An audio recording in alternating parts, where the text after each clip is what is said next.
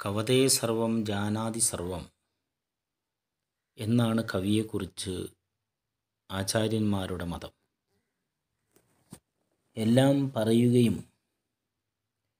അതിനുള്ള അറിവുണ്ടാവുകയും ചെയ്യുന്ന അനുഭവമാണ് കവിയുടേത്.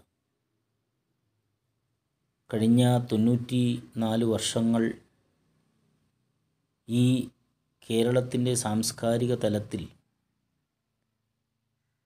ഒരു സൂര്യ തേജസ്സായി നിലനിന്നിരുന്ന അക്കിത്തം അച്യുതൻ നമ്പൂതിരിയെക്കുറിച്ച്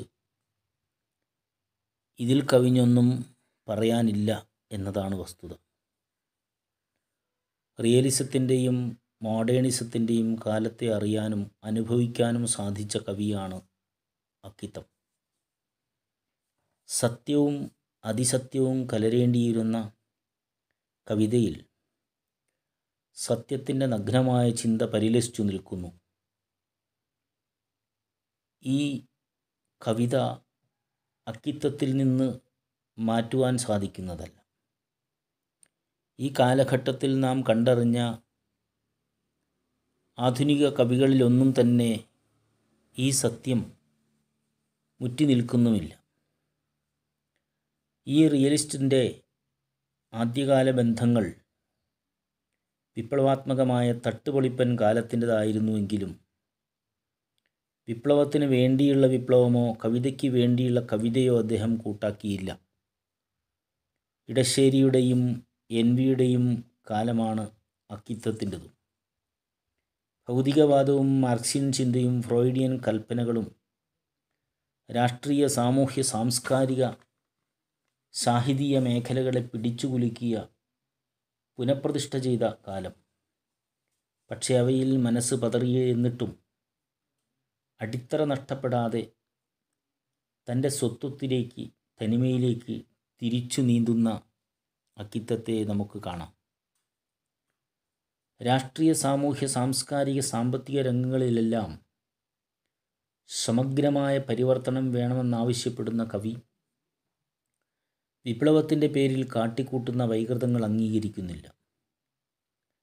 തൻ്റെ സമകാലികരിൽ പലരും ചെയ്തതുപോലെ ജിയെയോ ചങ്ങമ്പുഴയെയോ അദ്ദേഹം അനുകരിച്ചില്ല. ഇടശ്ശേരിയെ മനസ്സാ അംഗീകരിച്ചതുപോലെ തന്നെ തൻ്റെ മാർഗദർശിയായി കണ്ട് ആ വഴി പിന്തുടരുകയും ചെയ്തു എന്ന് കാണാം. ഭക്തിസാന്ദ്രവും സംസ്കാര സമ്പന്നവുമായ കവിതകളായി അക്കിത്തത്തിൻ്റെ തനിമയെ കണ്ടെത്താം. ആദ്യകാലങ്ങളിൽ ചെറിയ ചെറിയ കവിതകളായിരുന്നു കൂടുതലായി അദ്ദേഹം എഴുതിയിരുന്നത്. പിന്നീട് ദീർഘമായ കവിതകളിലൂടെ തൻ്റെ ദർശനം അദ്ദേഹം വെളിപ്പെടുത്തി. അമാനുഷമായ യാതൊരു പരിവേഷവും കവി തൻ്റെ ഒരു കഥാപാത്രങ്ങൾക്കും നൽകിയിരുന്നില്ല.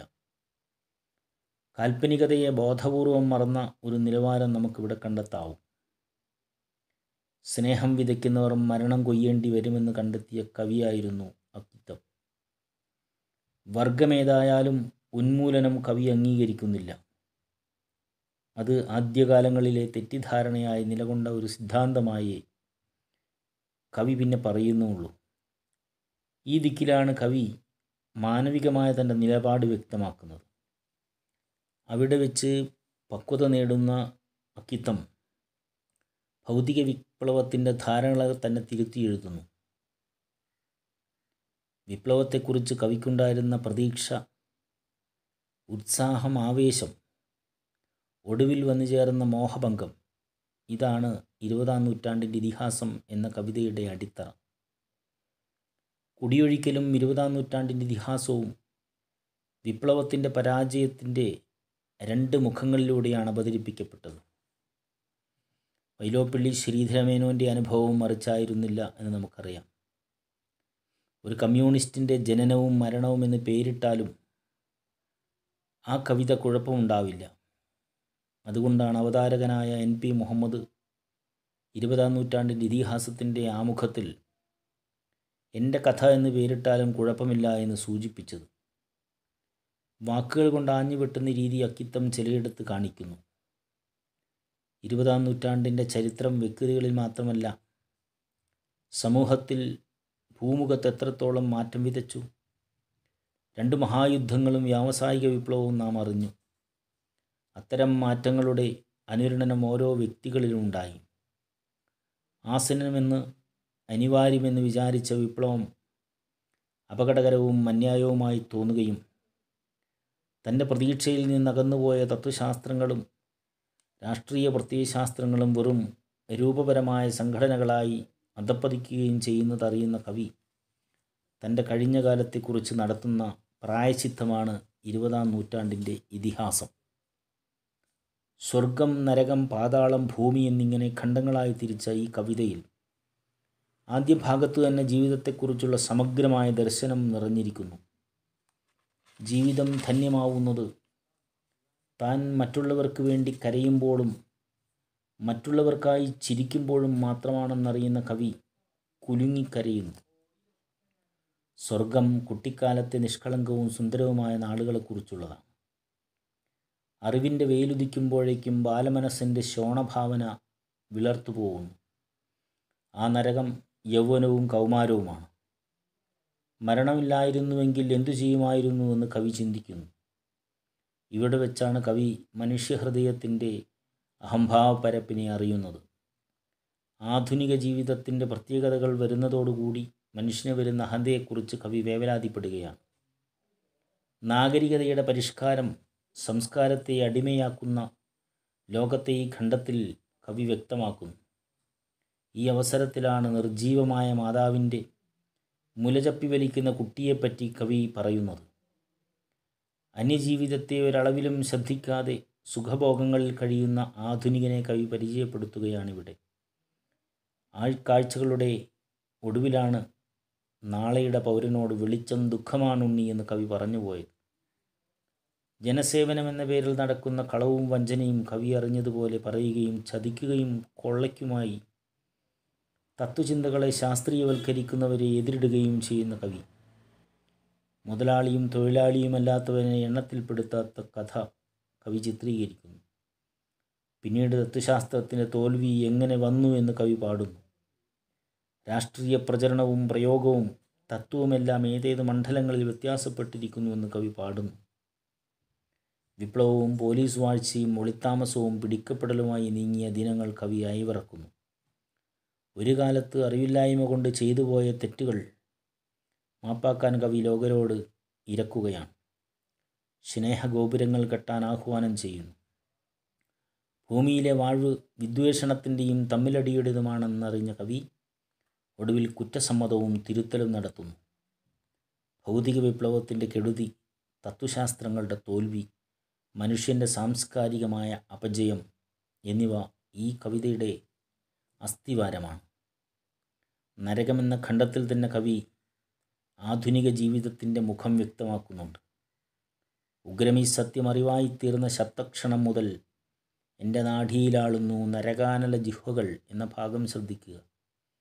ശൈശവം നഷ്ടമായതോടെ ശോണഭാവനകൾ വേർപിരിഞ്ഞ ബാലമനസ്സ് സന്തോഷം നഷ്ടപ്പെട്ട് കൊടും ചൂടിലേക്ക് നീങ്ങുകയാണ്. പ്രപഞ്ചത്തിലെ നാനാത്വങ്ങൾ, വ്യതിരിക്തതകൾ തന്നെ അത്ഭുതപ്പെടുത്തുന്നു. ഇതിനിടയിൽ മനുഷ്യർ തന്നെ കൊന്നൊടുക്കുന്ന മനുഷ്യൻ്റെ അഹന്തയെ കവി കാണുകയാണ്. മരങ്ങളെയും നാൽക്കാലികളെയും വെട്ടിനുറുക്കുന്ന അവസ്ഥ ഇവിടെ വ്യക്തമാക്കുന്നു. കർഷകർ കഷ്ടപ്പെടുകയും ഉള്ളവൻ കൂത്താടുകയും ചെയ്യുന്ന സ്ഥിരം ചിത്രം കവി പിന്നീട് വരച്ചു കാട്ടുന്നു. ശാസ്ത്രീയ നേട്ടങ്ങളിലൂടെ വന്ന മനുഷ്യൻ സ്വയം തിരിച്ചറിയാനാവാത്ത സുഖലാലസരായി ജീവിക്കുകയാണ്. അങ്ങനെ ജീവിതത്തിൻ്റെ ഒരു മുഖം നമുക്കിടയിൽ ഓരോ ദിവസങ്ങളായ അസ്തമിക്കുമ്പോൾ കവി അതിദയനീയമായ മറ്റൊരു മുഖം അവതരിപ്പിക്കുന്നു. അമ്മ ജീവനില്ലാത്തവളായി കിടക്കുന്ന സത്യമറിയാറായിട്ടില്ലാത്ത കൈക്കുഞ്ഞ് ശവത്തിൻ്റെ മുലചപ്പി വലിക്കുകയാണ്. നടുനിരത്തിൽ വീണുകിടക്കുന്ന ആ സ്ത്രീത്വം കവിയെ ചിന്തിപ്പിക്കുമ്പോൾ അതിൻ്റെ ചൈതന്യം നഷ്ടപ്പെട്ട കണ്ണുകൾ കാക്ക കൊത്തിപ്പറിച്ചെടുക്കുകയാണ്. ഈ രണ്ട് മുഖമുള്ള സമൂഹത്തിൻ്റെ നേർചിത്രം അറിവായ ദിവസം മുതലാണ് ജീവിതത്തിൻ്റെ ഈ കാലം നരകമാണെന്ന് കവി ചിന്തിച്ചു തുടങ്ങുന്നത്. അറിഞ്ഞീലിത്ര നാളും ഞാൻ ആ ദിവ്യ പുളകോദ്ഗമം, ആ മഹാനഷ്ടമോർത്തോർത്ത് കുലുങ്ങിക്കരയുന്നു ഞാനെന്ന് ആദ്യ ഭാഗത്ത് കവി പറയുന്നത് ഓർക്കുക. യഥാർത്ഥ സത്യത്തെക്കുറിച്ചും ധർമ്മത്തെക്കുറിച്ചും നീതിയെക്കുറിച്ചും ഭഗവത്ഗീതയുടെ അന്തസത്ത തിരിച്ചറിഞ്ഞതിലൂടെയാണ് തനിക്ക് സാധ്യമായത് എന്ന സൂചനയാണ് കവി ഇവിടെ തരുന്നത്. NP മുഹമ്മദ് സാഹിബ് സൂചിപ്പിച്ചു, 20-ാം നൂറ്റാണ്ടിൻ്റെ ഇതിഹാസത്തിൻ്റെ അവതാരികയിൽ ഇതൊരു കുറ്റസമ്മതമാണ് എന്ന് തന്നെ. ആ വസ്തുതയുടെ സത്യം വിളിച്ചു പറയുന്ന വരികളാണ് ഞാനിപ്പോൾ ഉദ്ധരിച്ചത്. സാഹചര്യത്തിലൂടെ യാഥാർത്ഥ്യം തിരിച്ചറിഞ്ഞ അക്കിത്തം സ്വാർത്ഥതയുടെ മുഖപടമണിഞ്ഞ കപട വിപ്ലവത്തിലെ തള്ളിപ്പറയുന്നു. ആധ്യാത്മികവും ലളിതവും ധാർമ്മികവുമായ ഭാരതീയ ചിന്തയെ സ്വീകരിക്കുകയാണ്. തൻ്റെ കണ്ണീരും പുഞ്ചിരിയും മറ്റുള്ളവരുടെ കൂടിയാവുമ്പോഴാണ് ശരിയായ സ്ഥിതിസമത്വം ഉണ്ടാവുന്നത് എന്ന് കവി വ്യക്തമാക്കുന്നു. ഈ കൃതിയുടെ ആമുഖഭാഗത്ത് ഇക്കാര്യം വ്യക്തമാണ്. ജീവിതത്തിൻ്റെ ആദ്യകാലങ്ങളിൽ വിപ്ലവ പ്രസ്ഥാനങ്ങളുമായി സഹകരിച്ചുവെങ്കിലും മനുഷ്യനെ തിരിച്ചറിയാനോ അവനോട് സഹതപിക്കാനോ അവനെ സഹായിക്കാനോ തനിക്ക് സാധിച്ചിരുന്നില്ല എന്ന് കവി വ്യക്തമാക്കുന്നു. സന്തോഷവും സങ്കടവും തുല്യമായി വീതിക്കുന്ന സ്നേഹസാമ്രാജ്യത്തിലെ സുഖം ഇതേവരെ അറിയാൻ സാധിക്കാത്തതിലുള്ള ആത്മനിന്ദയാണ് ഇവിടെ കാണുന്നത്. കുംഭസാരത്തിൻ്റെ രുചിയൂറുന്ന ഈ കവിതാശകലങ്ങൾ മലയാളത്തിൻ്റെ മുഖഛായയെ തന്നെ മാറ്റിയെഴുതുന്നു. സധൈര്യം കാര്യങ്ങളെ അവതരിപ്പിക്കുന്ന കവിയെ ഇവിടെ വെച്ചാണ് ഒരു റിയലിസ്റ്റായി നാം സ്വീകരിക്കേണ്ടത്. സാമൂഹിക പ്രതിബദ്ധതയുടെ മുഖമാണ് ഇവിടെ നാം കാണുന്നത്. 20-ാം നൂറ്റാണ്ടിൻ്റെ ഇതിഹാസത്തിൽ സ്വർഗമെന്ന ഭാഗം കവിയുടെ ശൈശവത്തിൻ്റെയും ബാല്യദിനങ്ങളുടെയും ഓർമ്മകളാണ്. അവയിൽ നിറുകിച്ചേരുന്ന് അധരോപരി വറ്റവേ അറിയുന്നുണ്ട് ദുഃഖത്തിൻ കടുംപുള്ളി മുഴുക്ക ഞാൻ എന്ന് പറയുമ്പോൾ നഷ്ടപ്പെട്ടു പോയ ദിനങ്ങളിലൂടെ താൻ തിരിച്ചറിവ് നഷ്ടമായ ലോകത്തിലെത്തുകയായിരുന്നു എന്ന് ചിന്തിക്കുന്ന കവി തൻ്റെ മാനസിക പരിവർത്തനത്തെ വ്യക്തമാക്കുന്നതിൻ്റെ മുഖസന്ധിയായിട്ടാണ് ഈ ഭാഗങ്ങൾ കുറിച്ചിട്ടിരിക്കുന്നത്. അമ്മയും അച്ഛനും കൂട്ടുകാരും വീട്ടുകാരും അടങ്ങുന്ന സ്നേഹലോകത്തിൽ നിന്ന് യൗവനത്തിൻ്റെയും കൗമാരത്തിൻ്റെയും വഴിയിലെത്തിയപ്പോൾ ഊഷരതയായി മാറിയ ജീവിതം തനിക്ക് അനുഭവപ്പെട്ട തിരിച്ചറിവ് ഇനിമേലിലുദിക്കില്ല കതിരോന്മാരൊരിക്കലും എന്ന് വിളിച്ചു പറയാൻ അദ്ദേഹത്തെ പ്രാപ്തനാക്കുന്നു. കളിചിരികളും സൗഹൃദവും സ്നേഹാദരവുകളുമെല്ലാം നിറഞ്ഞ കുട്ടിക്കാലത്തിൻ്റെ നാളുകളുടെ മധുരം നഷ്ടപ്പെട്ട തൻ്റെ കാലിക ജീവിതത്തിൻ്റെ കടുംപുളി ദുഃഖമായി മാത്രമേ കവിക്ക് കാണാൻ സാധിക്കൂ.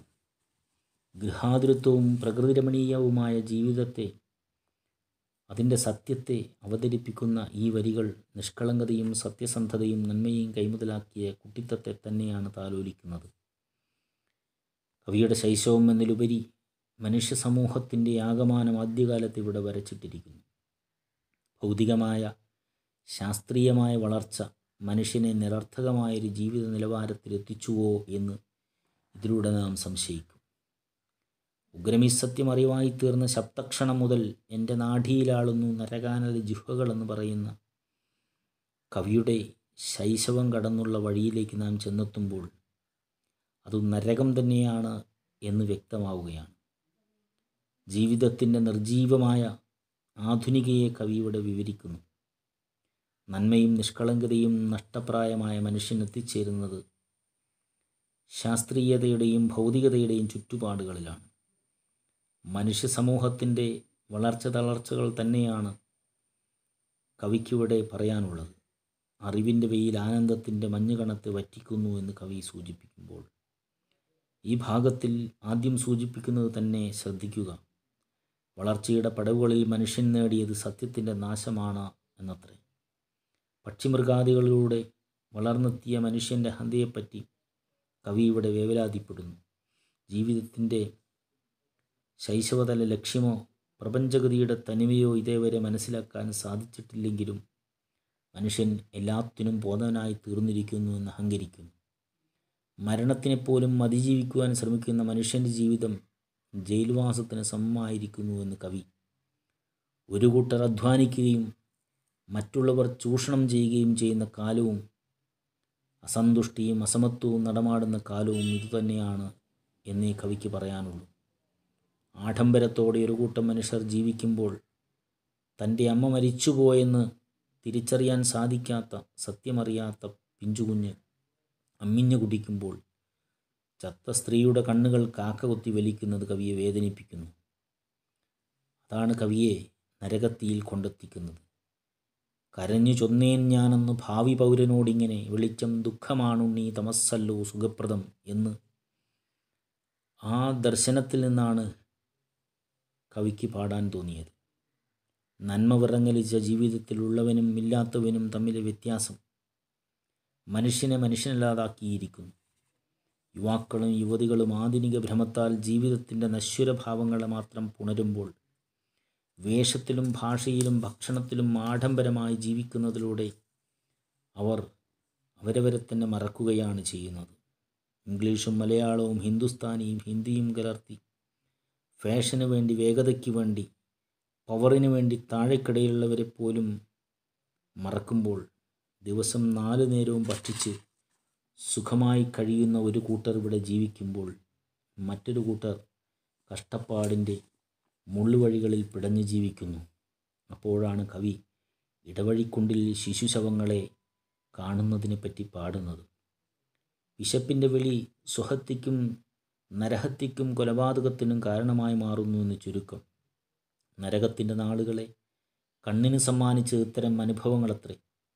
മനുഷ്യൻ പിശാചായി മാറിയിരിക്കുന്നത് കവി കാണുന്നത് അങ്ങനെയാണ്. വരുന്ന തലമുറയോട് ദുഃഖത്തോടെ ഗദ്ഗദകണ്ഠനായി കവി വിലപിക്കുന്നത് ഈ കാണുന്ന പകൽ വെളിച്ചത്തിൻ്റെ ഇരുട്ടിനേക്കാൾ കാഴ്ച മനുഷ്യനുണ്ടാവുക ഒന്നും കണ്ടറിയാനാവാത്ത ഇരുട്ടിലാണ് എന്നതാണ്. ശാശ്വതമായ ഇരുട്ടായി മരണത്തെയോ അജ്ഞതയെയോ കണക്കാക്കിയാലും ഈ വസ്തുത അന്വർത്ഥമാവും. അറിവിനേക്കാൾ സുഖം അറിവില്ലായ്മയാണ് എന്നും ജീവിതത്തേക്കാൾ ശാന്തി മരണത്തിലാണെന്നുമുള്ള തിരിച്ചറിവ് അങ്ങനെ കവിക്കുണ്ടാവുന്നു എന്ന് സാരം. അരിവെപ്പോൻ്റെ തീയിൽ ചെന്ന് ഈയാമ്പാറ്റ പതുക്കിയാൽ പിറ്റേന്ന് ഇടവഴിക്കുണ്ടിൽ കാണുമോ ശിശുശവങ്ങളെ എന്ന വരികൾ ശ്രദ്ധിക്കുക. ഭക്ഷിക്കുന്നവനും ഭക്ഷിക്കാത്തവനുമുള്ള ലോകത്തിൽ അസ്വസ്ഥനായി മാത്രം കവി ജീവിക്കുന്നു. വെളിച്ചമുള്ളിടങ്ങൾ നോക്കി പറന്നെത്തുന്നത് ഈയാമ്പാറ്റകൾക്ക് ആയുസ്സൽപ്പം മാത്രമാണ്. ഇല്ലാത്തവനെന്നും ജീവിതം അനർത്ഥവും ശൂന്യവുമാണ് എന്ന കണ്ടെത്തൽ കവിക്കുണ്ടാവുന്നത് ആഡംബരത്തെ സ്വീകരിച്ച് അഹന്തയോടെ ജീവിക്കുന്ന മനുഷ്യനെ കാണുമ്പോഴാണ്. സുഖമായി ഉറങ്ങുകയും ഭോഗിക്കുകയും ജീവിക്കുകയും ചെയ്യുന്നവന് വിഷം തന്നെയാണ് കണ്ണിലും മനസ്സിലും. അവൻ്റെ മുന്നിലേക്ക് ഇല്ലായ്മയും വല്ലായ്മയുമായി വരുന്ന പാവപ്പെട്ടവൻ ഭോഗിയായിരിക്കുമ്പോൾ അവൻ്റെ സുഖാഗ്നിയിൽ ഭോഗാഗ്നിയിൽ എത്തിപ്പെടുന്ന വിശക്കുന്നവൾ സ്വയം സ്വീകരിക്കുന്ന പുതിയ തലമുറയുടെ നിഷ്കരുണം ഇടവഴിക്കുണ്ടിൽ തള്ളേണ്ടതുണ്ട് എന്നും മനസ്സിലാക്കുന്നു. വിശക്കുന്ന വയറ് നിറയ്ക്കാൻ ചിലതന്വേഷിച്ചവർ ദഹനക്കേടുകൾ പേറേണ്ടി വരിക എന്നത് ഇന്ന് സർവ്വസാധാരണമായിരിക്കുന്ന ചിത്രം. ആ ദഹനക്കേടുകളുടെ സാക്ഷ്യപത്രമാണ് കവിയെ ഇരുത്തി ചിന്തിപ്പിച്ചത്. ഇത്തരം സത്യങ്ങളാണ് മനുഷ്യരെ പിശാചാക്കിയിരിക്കുന്നത് എന്നുകൂടി കവി ചേർത്തു പാടുന്നു. ഈ വിധം ഞാൻ നടക്കുന്ന പയ്യന്നൂർ, എറണാകുളം, കോഴിക്കോട്ടും തലശ്ശേരി, തൃശ്ശൂരും ഷൊർണൂരിലും എന്ന് കവി പോയകാല ചെയ്തികളിലെ പോരായ്മകളെപ്പറ്റി ചിന്തിക്കുന്നിടത്ത് സൂചിപ്പിക്കുമ്പോൾ പാതാളം എന്ന ഭാഗത്ത് കവിയുടെ വിപ്ലവകാല പ്രവർത്തനങ്ങളും ചിന്തയും പ്രവൃത്തിയും വ്യക്തമാക്കുകയാണ്. ബുദ്ധിപരമായും ആത്മീയമായും തെറ്റായ വഴികളിലൂടെ മാത്രം സഞ്ചരിച്ച് സ്നേഹവും സൗഹൃദവും ആത്മബന്ധവും വെടിഞ്ഞ് ജീവിതത്തെ വർഗസമരത്തിനും ഒളിപ്പോരിനും തീരെഴുതി കൊടുത്ത് വിട്ട കാലത്തെക്കുറിച്ചാണ് കവി അവജ്ഞയോടെ ഓർക്കുന്നത്. ഈ കവിതയുടെ ആമുഖക്കുറിപ്പിൽ ഈ സത്യത്തിലേക്ക് കവി വാമൊഴികളിലൂടെ തന്നെ നമ്മെ കൂട്ടിക്കൊണ്ടുപോകുന്നത് ശ്രദ്ധേയമാണ്. എൻ്റെ മനസ്സിലെ പ്രബുദ്ധതല പ്രേരണകളെ ചോദ്യം ചെയ്തുകൊണ്ട് അബോധതലത്തിൽ നിന്നു തിളച്ചു പൊന്തിയ വാക്കുകളാണ് ഞാൻ ആ പുസ്തകത്തിൽ കുറിച്ചു വെച്ചത് എന്ന് കവി പറയുന്നു. ഈ കുറിപ്പുകൾ കവിയുടെ ആത്മീയ സംഘർഷത്തെ അനാവരണം ചെയ്യുന്നു. പൂർവ്വവാസനകളെ അപ്പാടെ വാറ്റിക്കളഞ്ഞ് സ്വയം സ്വീകരിച്ച വഴിയിലൂടെ വിപ്ലവകാരി ദിവ്യമായ മാർഗം വിദ്വേഷമാണ് എന്ന ധാരണയിലൂടെ എത്തുന്നത് മുനയൻകുന്നിലും കാവുംപാറയിലും കയ്യൂരും കരിവള്ളൂരുമത്രേ. തേഞ്ഞുപോയ പല്ലുകൾക്കിടയിലെ തെറിസഞ്ചിയും കണ്ണിലെ ചുവപ്പും കവി പുച്ഛത്തോടെയാണ് ഇവിടെ കാണുന്നത്. മനുഷ്യത്വം വിട്ട് അധമനായി താൻ ചെയ്ത ആ യാത്രയാണ് പയ്യന്നൂരിലും എറണാകുളത്തും കോഴിക്കോട്ടുമായി കവി ചിത്രീകരിക്കുന്നത്. പാതാളമെന്ന ഈ ഭാഗത്ത്, ഈ ആശയഭാഗത്ത് അതിന് പേരിടുമ്പോൾ കവിതയുടെ ഗർഭസന്ധിയാണിതെന്ന് നാം ഓർക്കണം. ഇതാണ് അഴകിതേ സത്യം, ഇത് ശീലിക്കൽ ധർമ്മവും എന്ന് കഴിഞ്ഞ കാലത്തിൻ്റെ സുഖദുഃഖങ്ങളിലും ശരിതെറ്റുകളിലും മനസ്സിൽ വ്യാപരിപ്പിച്ചുകൊണ്ട് പശ്ചാത്താപചിത്തനായി കവി ഒരാത്മകഥാഭാഗം എന്നോണം 20-ാം നൂറ്റാണ്ട് ഇതിഹാസം രചിച്ചു എന്ന് പറയാം. കുട്ടിക്കാലത്തെ സ്വർഗമായും വിദ്വേഷിയും ബുദ്ധിജീവിയുമായി നടന്ന കാലത്തെ നരകമായും കാപാലികനും വിപ്ലവകാരിയുമായി നടന്ന കാലം പാതാളമായും സ്വത്വബോധം തിരിച്ചു കിട്ടിയ കാലവും അതോട് ചേർന്ന കാലവും ഭൂമിയായും കവി കരുതുന്നു. സാധാരണ മനുഷ്യൻ്റെ കഷ്ടപ്പാടുകൾ അറിയാതെ അവനെ ചൂഷണം ചെയ്ത് നടക്കുന്നവരെയും വിപ്ലവത്തിൻ്റെ പേരിൽ സ്വയം നന്മ വെടിഞ്ഞ് ജീവിതം മൂഷരമാക്കുന്നവരെയും കവി ഒരു കാലത്തെ തൻ്റെ ജീവിത വീഥിയിൽ പരിചയപ്പെട്ടിരുന്നതായി ഓർമ്മിക്കുന്നു. ഭൂമി എന്ന ഭാഗത്തെത്തുമ്പോഴാണ് കവി യാഥാർത്ഥ്യത്തെക്കുറിച്ച് ബോധവാനാകുന്നത്. മാതൃസ്നേഹം പോലും നഷ്ടപ്പെടുത്തി ജീവിതത്തിൻ്റെ തനിമയിൽ നിന്നകന്നുപോയ തൻ്റെ ദിവസങ്ങളെ ഓർത്ത് കവി വിലപിക്കുന്നതോടൊപ്പം ശാശ്വതമായ ജീവിത സത്യം അറിയിക്കുകയാണ് പ്രസ്തുത വരികളിലൂടെയെല്ലാം ചെയ്യുന്നത്. ഈ വരികളുടെ അർത്ഥം പൂർണ്ണമാകുക അതിൻ്റെ തൊട്ടുമുമ്പുള്ള നിരുപാധികമാം സ്നേഹം ബലമായി വരും ക്രമാൽ എന്ന ഭാഗം കൂടി ചേർത്ത് വെച്ചാലാണ്. സ്നേഹത്തിൻ്റെ ആ ശാശ്വതത്വത്തിനാണ് യഥാർത്ഥ അഴകും സത്യവുമുള്ളത് എന്നും ആ വസ്തുതയുടെ ശീലമാണ് മാനവധർമ്മമെന്നും സാരം. നിത്യജീവിതരായിത്തീർന്നു നിങ്ങൾ, ഞാൻ മൃതനിത്യനും എന്ന് മനുഷ്യചരിത്രത്തിൽ ധാരാളം തത്വചിന്തകൾ കടന്നു വരുന്ന രീതിയിൽ അവയിൽ പ്രബലമായൊരു ചിന്തയാണ് മാർക്സിസം എന്ന തലത്തിൽ ചിന്തിച്ച കാലം മുതൽ ഇന്ന് സ്വയം തിരിച്ചറിഞ്ഞതിനെക്കുറിച്ച് കവി പാടുകയാണ്. ശാസ്ത്രീയ സോഷ്യലിസം എന്ന പേരിൽ എംഗൽസും മാർക്സും വിഭാവന ചെയ്ത ആ തത്വം ഫ്രോയിഡ്, ഹെഗൽ, ഡാർവിൻ തുടങ്ങി ശാസ്ത്രപ്രതിഭകളുടെ ചിന്ത കൂടി ഉൾക്കൊള്ളിച്ചിരുന്ന തത്വം ഈ ആശയ സിദ്ധാന്തത്തിൻ്റെ പേരിൽ എത്രയോ കുട്ടിത്തത്തിൻ്റെ ലാളിത്യങ്ങളും നിഷ്കളങ്കതയും വെടിഞ്ഞ് അക്കിത്തം പുതുമയിലേക്ക് ഓടിയത്. പക്ഷേ വിപ്ലവത്തിൻ്റെ ആ കാലത്തെ പാതാളമെന്നാണ് കവി ചിത്രീകരിക്കുന്നത്. ആയിരക്കണക്കിന് ആളുകൾ പ്രസ്ഥാനത്തിൻ്റെ പേരിൽ കുരുതി കൊടുക്കപ്പെട്ടപ്പോൾ രക്തസാക്ഷികളായി മാറിയവർ തൃപ്തരായിരുന്നു. തങ്ങളുടെ ആദർശത്തിൻ്റെ വഴിയിൽ പിടഞ്ഞൊടുങ്ങിയതിൽ അവർ കൃതാർത്ഥരുമായിരുന്നു. പക്ഷേ കാലം തെളിയിച്ച സത്യത്തിലൂടെ ആശയാദർശങ്ങളിൽ വന്ന മനുഷ്യത്വ രഹിതമായ ഭാവവിന്യാസങ്ങൾ ഇന്ന് കവിയെ ഹതാശനാക്കുന്നു. പ്രസ്ഥാനത്തിന് വേണ്ടി പിടഞ്ഞു വീണുപോയ സഖാക്കൾ തൻ്റെ ഗുരുക്കന്മാരായി വിവേകം നൽകുമ്പോൾ തന്നെ തൻ്റെ ജീവിതം ഇവിടെ മരണതുല്യമായി തീർന്നിരിക്കുന്നു എന്ന് കവി തുറന്നു പറയുന്നു. വിലനഷ്ടമായ തത്വശാസ്ത്രത്തിൻ്റെ വികൃതമായ മുഖമാണ് കവിയെ ഇങ്ങനെ പറയിച്ചത് എന്നതിൽ സംശയമില്ല. ചുരുക്കി പറഞ്ഞാൽ 20-ാം നൂറ്റാണ്ടിൻ്റെ ഇതിഹാസം എന്ന കവിതയിലൂടെ കഴിഞ്ഞ കാലങ്ങളിലൂടെ തൻ്റെ ജീവിതത്തിൻ്റെ നന്മകളെക്കുറിച്ച് ചിന്തിക്കുമ്പോഴും ഇന്നത്തെ ശാസ്ത്രീയ സോഷ്യലിസത്തിൻ്റെ പേര് പറഞ്ഞ് നടക്കുന്ന തലതിരിഞ്ഞ വിപ്ലവ ചിന്തകളെ വ്യക്തമായും വരച്ചു കാട്ടുകയാണ്. ഈ ഒരർത്ഥത്തിൽ കേരളത്തിൻ്റെ 20-ാം നൂറ്റാണ്ട് എന്താണ് എന്നും എന്താവണം ഇനിയുള്ള നൂറ്റാണ്ടുകളെന്നും കൃത്യമായി അനുവാചകരെ ഓർമ്മിപ്പിക്കുന്ന കവി ഇന്ന് നമ്മളിൽ നിന്ന് ഭൗതികമായി അകലേക്ക് പറന്നു പോയിരിക്കുകയാണ്. ഇത്തരം കവിത്വങ്ങളുടെ സത്യങ്ങൾ തിരിച്ചറിഞ്ഞ് വരും കാലങ്ങളെ ചിട്ടപ്പെടുത്തുക എന്നുള്ളതാണ് നമ്മുടെ ദൗത്യം. ഈ അനുസ്മരണ ദിനത്തിൽ നമുക്ക് അതേ ചെയ്യാനുള്ളൂ. കൃതം സ്മര കൃതോ സ്മര എന്ന് ഉപനിഷത്ത് ചൊല്ലിയിട്ടുള്ളത് നമുക്കും ഓർമ്മിക്കാം. ചെയ്തവരെ ഓർക്കുക, ചെയ്തതിനെ ഓർക്കുക. ആ ഒരു തലത്തിൽ കവിയെ ഓർത്തുകൊണ്ട് പുതിയ ഒരു തലമുറയെ വാർത്തെടുക്കാൻ 20-ാം നൂറ്റാണ്ട് കഴിയുന്ന ഈ കാലഘട്ടം, 21 കഴിയാൻ പോകുന്ന ഈ കാലഘട്ടം എങ്ങനെയാവണം എന്ന് ചിന്തിക്കാൻ വേണ്ടി കവിയെ സ്മരിച്ചുകൊണ്ട് നിർത്തുന്നു. നമസ്കാരം. വന്ദേ മാതരം.